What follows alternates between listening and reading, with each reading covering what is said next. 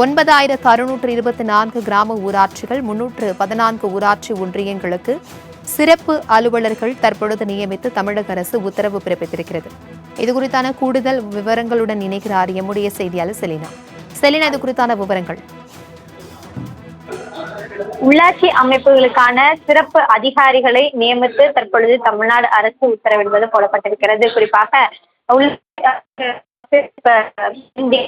பதவிக்காலம் நேற்றுடன் நிறைவு பெற்றிருந்த நிலையில் இது தொடர்பாக தற்பொழுது அவர்களுக்கான அந்த பதவி காலம் என்பது நிறைவு பெற்றிருக்கக்கூடிய நிலையில் சிறப்பு அதிகாரிகளை நியமித்து தமிழ்நாடு அரசு அறிவிப்பு என்பது அதிகாரப்பூர்வமாக வெளியிட்டிருக்கிறது. அதில் குறிப்பாக உள்ளாட்சி அமைப்புகள் இருக்கக்கூடிய 9624 கிராம ஊராட்சிகள் மற்றும் 314 ஊராட்சி ஒன்றியங்களில் மொத்தமாக 28 மாவட்டத்திற்கு மாவட்ட அதிகாரிகளை நியமித்து தற்போது தமிழ்நாடு அரசு அறிவிப்பு என்பது வெளியிடப்பட்டிருக்கிறது. குறிப்பாக இதற்கான தேர்தல் நடத்துவது தொடர்பாக அறிவிப்புகள் நிலையில் சிறப்பு அதிகாரிகள் மீது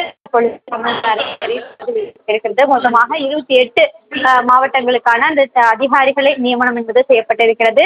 9624 கிராம ஊராட்சிகள் மற்றும் 314 ஊராட்சி ஒன்றியங்கள் உட்பட 28 மாவட்டத்திற்கான தேர்தல் கண்காணிப்பு அதிகாரிகளை தற்பொழுது நியமனம் செய்யப்பட்டிருக்கிறது.